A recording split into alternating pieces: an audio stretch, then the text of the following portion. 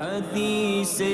رسول لایا ہوں، میں مدینے کے پھول لایا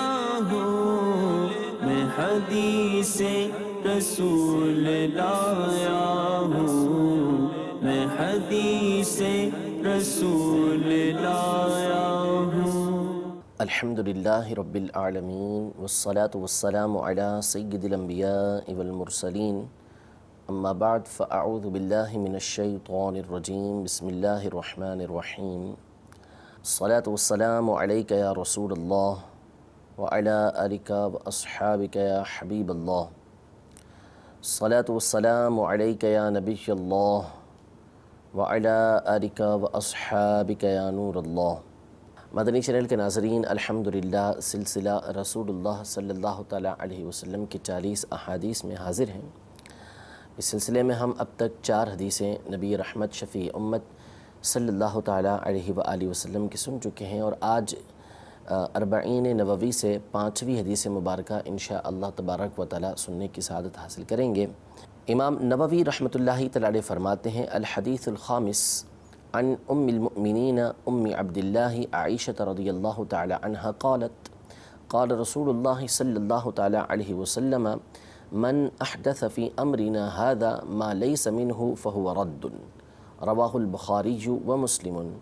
وفی روایت لمسلم من عمل عملا لیس علیہ امرنا فهو رد۔ یعنی ام المؤمنین ام عبداللہ حضرت سیدتنا عائشہ صدیقہ رضی اللہ تعالی عنہا سے مروی ہے، آپ فرماتی ہیں کہ رسول اللہ صلی اللہ تعالیٰ علیہ وآلہ وسلم نے ارشاد فرمایا: جس نے ہمارے اس دین میں ایسا کام ایجاد کیا کہ جو اس دین سے نہیں ہے تو وہ کام مردود ہے۔ اس حدیث کو امام بخاری اور امام مسلم نے روایت کیا، اور امام مسلم کی ایک روایت کے الفاظ یہ ہیں کہ جس نے کوئی ایسا عمل کیا جس پر ہمارا دین نہیں تو وہ عمل مردود ہے۔ یہ حدیث مبارکہ دین کے بنیادی اصولوں میں سے ایک اصول ہے جو ہمیں اس بات کی رہنمائی دیتی ہے کہ دین نبی کریم صلی اللہ تعالیٰ علیہ وآلہ وسلم کی لائی ہوئی شریعت کی اتباع کرنا ہے۔ نبی رحمت شفیع امت صلی اللہ تعالیٰ علیہ وآلہ وسلم کے پیچھے چلنے کا نام دین ہے، یعنی حضور علیہ الصلوۃ والسلام کی اتباع، آپ علیہ الصلوۃ والسلام کی پیروی کرنا، آپ علیہ الصلوۃ والسلام کے طریقہ کار پر عمل کرنا، یہ اس حدیث کا بنیادی سبق ہے۔ یہ حدیث انتہائی اہمیت کی حامل ہے، اور عرصہ دراز سے علماء نے خاص طور پر اس حدیث مبارکہ اور اس سے ملتی جلتی معنی کی جو احادیث ہیں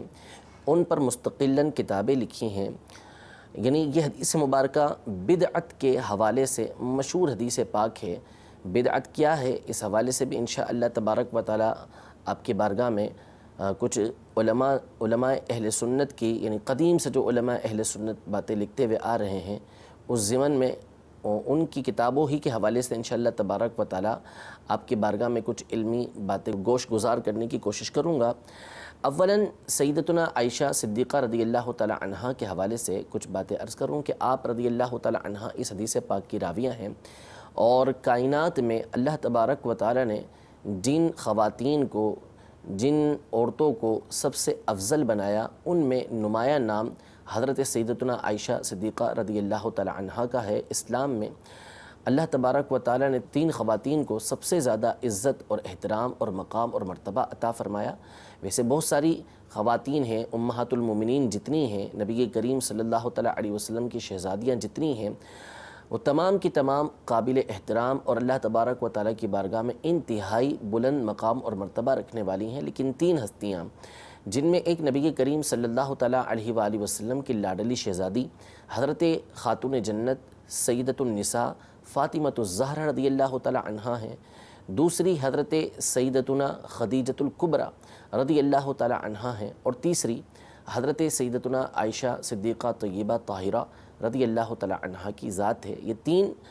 ہستیاں وہ ہیں کہ جن کو خواتین میں سب سے زیادہ عزت، احترام اور مقام اور مرتبہ اللہ تبارک و تعالیٰ کی بارگاہ میں حاصل ہوا۔ حضرت سیدتنا عائشہ صدیقہ رضی اللہ تعالیٰ عنہا کے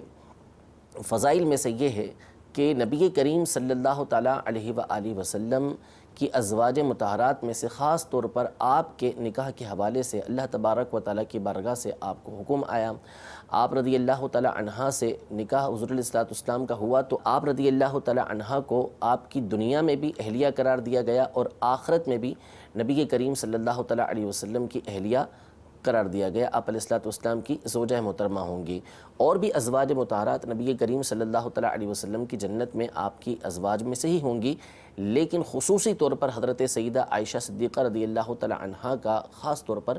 ذکر کیا گیا ہے۔ آپ رضی اللہ تعالیٰ عنہا کے فضائل اور کمالات تو بہت سارے ہیں، مستقل کتابیں علماء نے آپ کی سیرت پر لکھی ہیں۔ آپ کی سخاوت انتہائی مشہور کہ آپ رضی اللہ تعالیٰ عنہا اس قدر سخاوت کیا کرتی تھی کہ ایک ایک وقت میں ایک لاکھ درہم، 2 لاکھ درہم آپ کے فقراء میں تقسیم کرنا ثابت ہے، حتیٰ کہ آپ کے بھانجے حضرت سیدنا عبداللہ بن زبیر رضی اللہ تعالیٰ عنہ جو مکہ مکرمہ کے گورنر تھے، خلیفہ وقت تھے، انہوں نے آپ کے خرچ کرنے پر پابندی لگائی کہ آپ اپنے پاس کچھ رکھتی ہی نہیں ہیں، اتنا خرچ کر ڈالتی ہیں۔ تو سخاوت کے حوالے سے آپ بڑی مشہور تھیں، اور اس کے ساتھ ساتھ آپ کی جو بنیادی حیثیت ہے، بنیادی وصف ہے، وہ ہے آپ رضی اللہ تعالیٰ عنہ کا علم، کہ آپ رضی اللہ تعالیٰ عنہ خواتین میں جتنی بھی خواتین علی الاطلاق موجود ہیں یا تھیں یا ہوں گی، تمام میں سب سے زیادہ علم اللہ تبارک و تعالیٰ نے حضرت سیدہ عائشہ صدیقہ رضی اللہ تعالیٰ عنہ کو عطا فرمایا ہے۔ آپ مفتیہ تھیں، اور صحابہ کرام علیہم الرضوان جب آپس میں کسی مسئلے کے اندر مختلف ہوتے اور اس کا فیصلہ کروانا چاہتے تو اس کے لیے اکثر و بیشتر حضرت عائشہ صدیقہ رضی اللہ تعالیٰ عنہ کی طرف رجوع کرتے، اور آپ رضی اللہ تعالیٰ عنہ دینی مسئلے کے اندر ان کی رہنمائی فرمایا کرتی تھی۔ صحابہ کرام علیہم الرضوان کی ایک بڑی تعداد ہے جو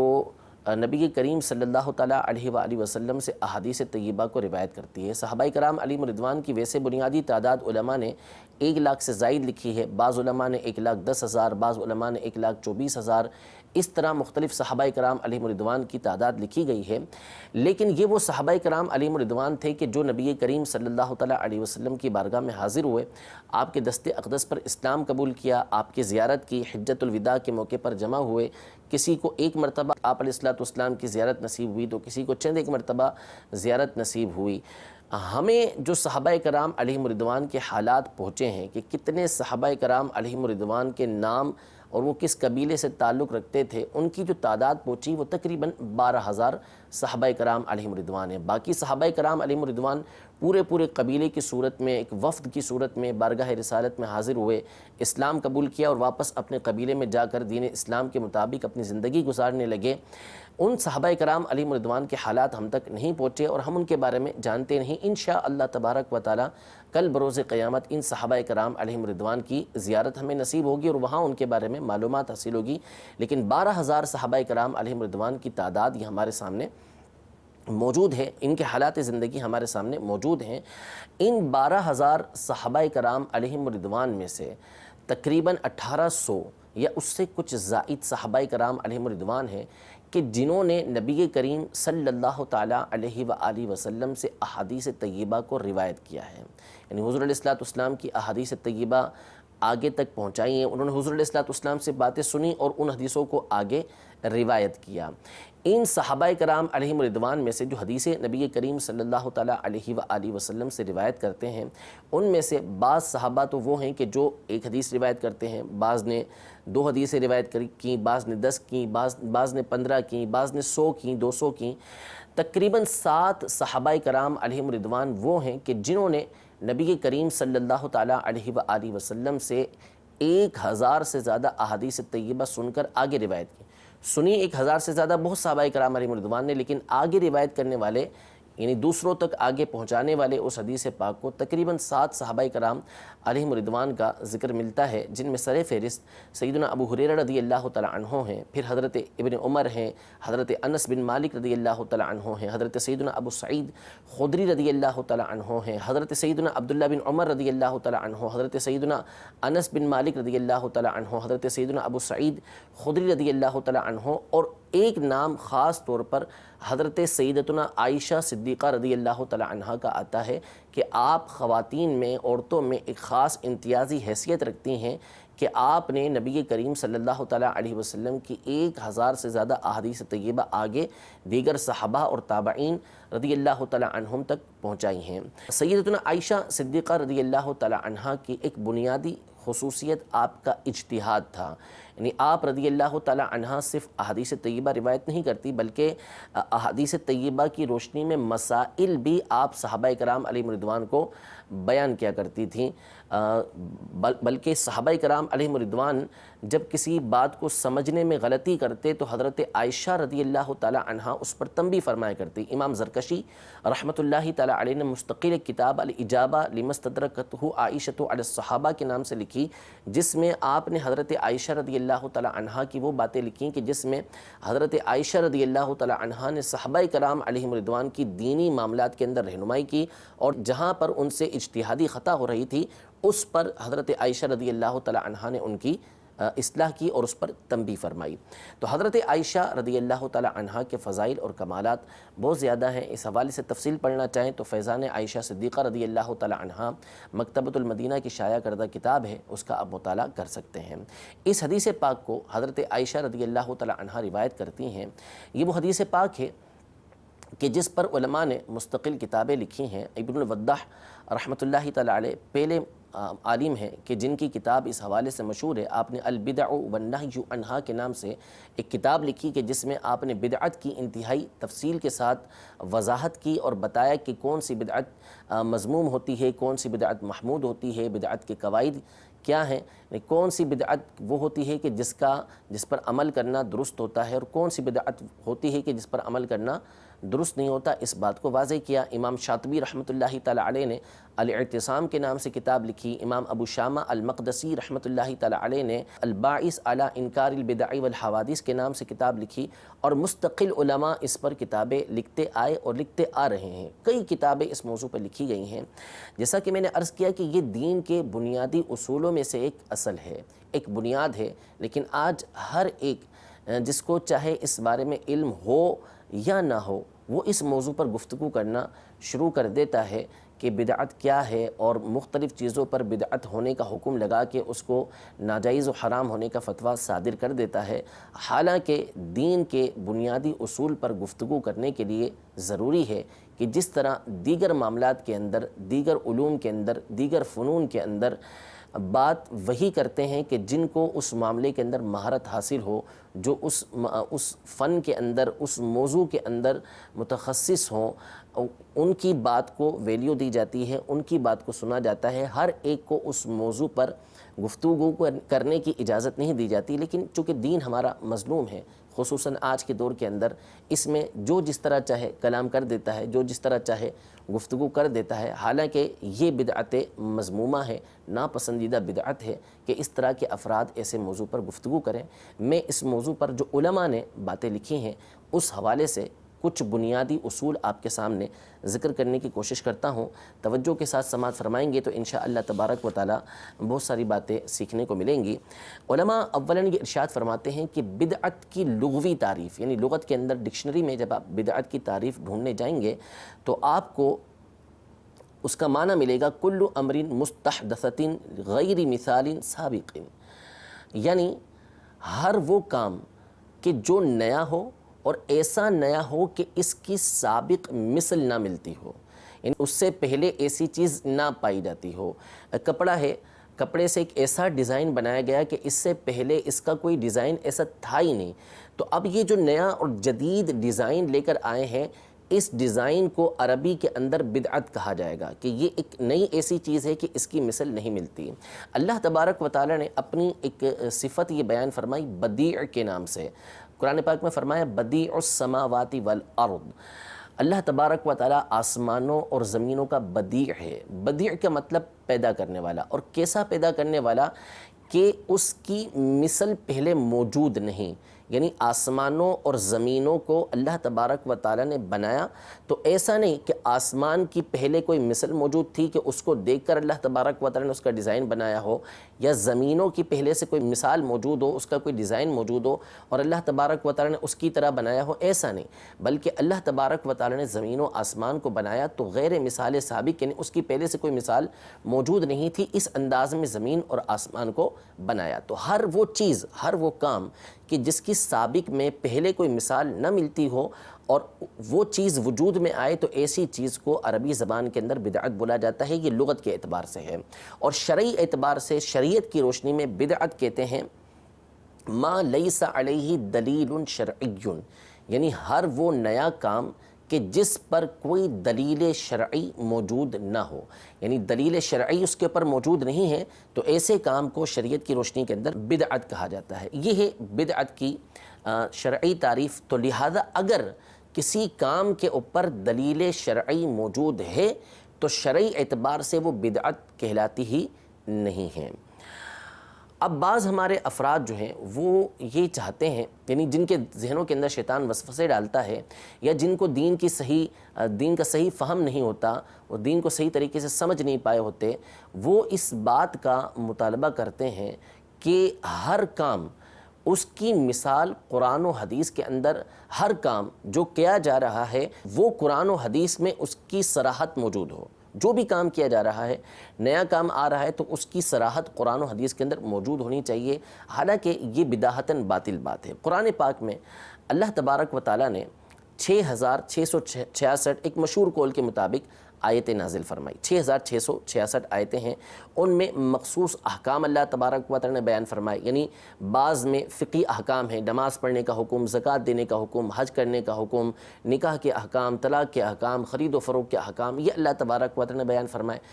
اور بہت ساری آیات وہ ہیں کہ جن میں اللہ تبارک و تعالیٰ نے پچھلی امتوں کے واقعات بیان کیے کہ ان کے حالات یہ تھے اور پھر انہوں نے اس طرح کا معاملہ کیا تو ان کے ساتھ اس طرح کا معاملہ پیش آیا۔ کئی مقام پر اخلاق اور مواعظ اللہ تبارک و تعالیٰ نے بیان فرمائے، دنیا کی مثالیں دے کے سمجھایا، آخرت کی تیاری کرنے کا حکم دیا، یعنی مختلف انداز کے اندر قرآن کے اندر آیات موجود ہیں، لیکن قرآن کی آیات کی جو تعداد ہے وہ محدود ہے، یعنی 6666 ایک مشہور قول کے مطابق اتنی ہیں۔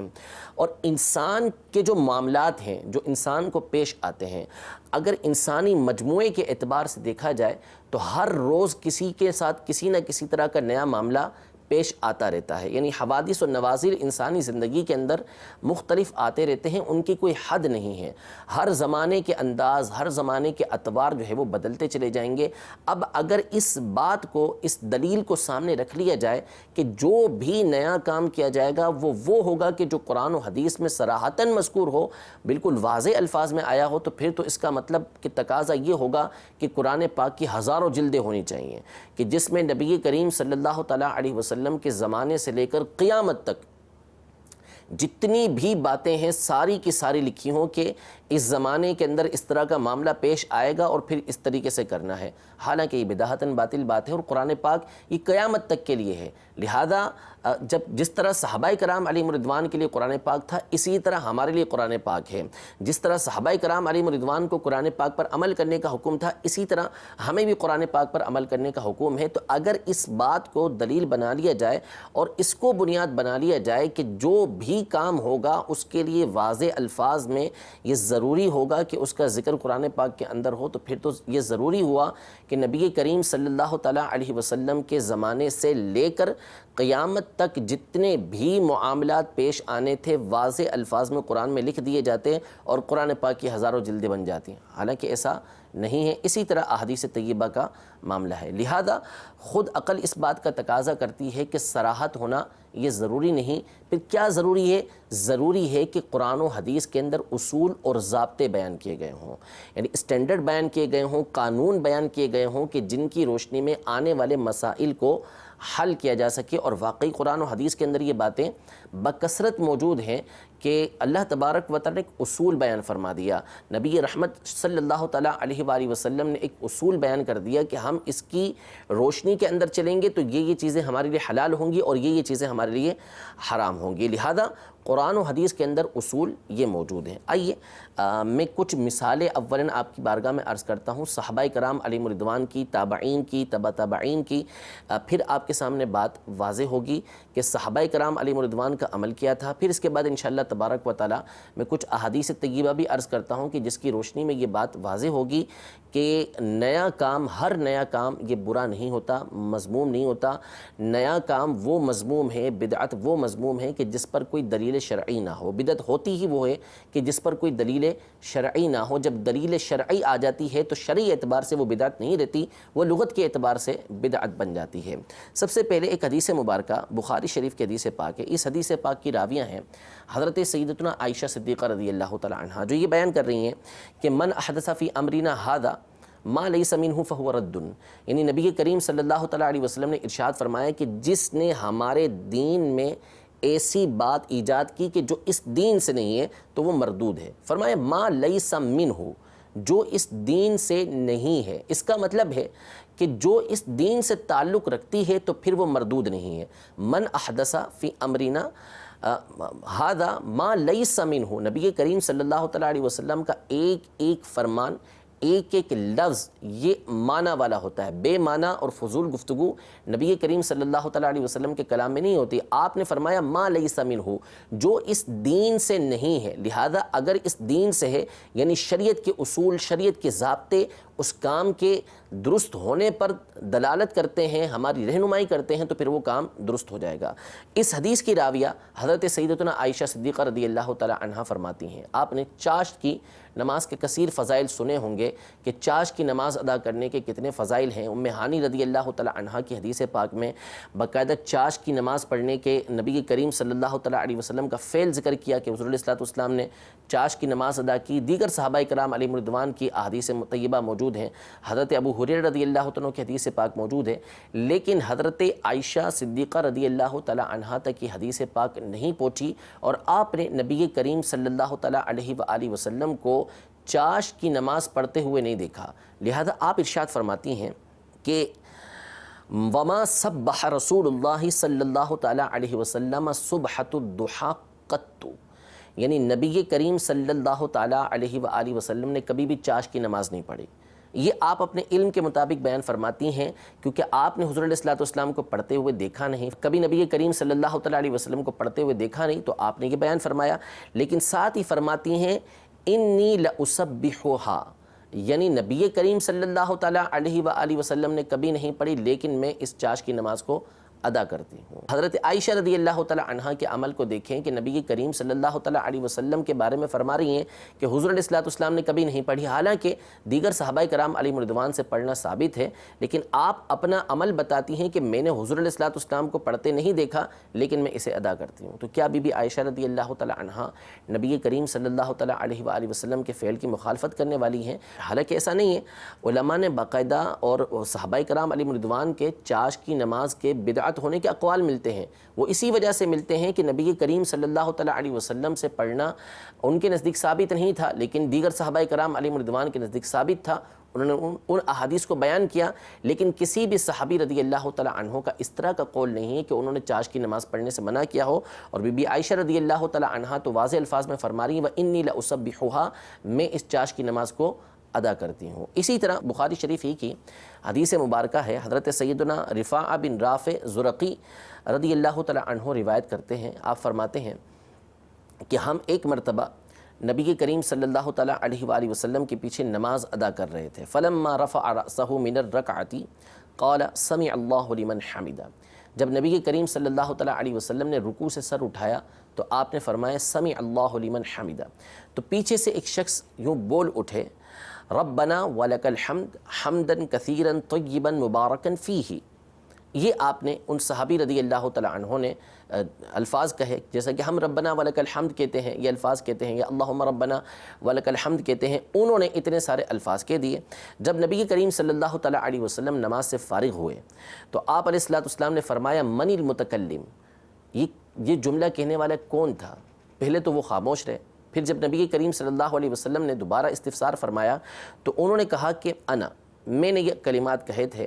اب یہ دیکھیے کہ نبی کریم صلی اللہ تعالیٰ علیہ وآلہ وسلم نے یہ الفاظ نہیں کہے، لیکن وہ صحابی رضی اللہ تعالیٰ عنہ انہوں نے اپنے طور پر یہ الفاظ نبی کریم صلی اللہ تعالیٰ علیہ وسلم کے پیچھے کہے۔ نبی کریم صلی اللہ تعالیٰ علیہ وسلم نے ان کے ان الفاظ کی تائید کرتے ہوئے فرمایا کہ رأیت بدعۃ وثلاثین ملکا یبتدرونہا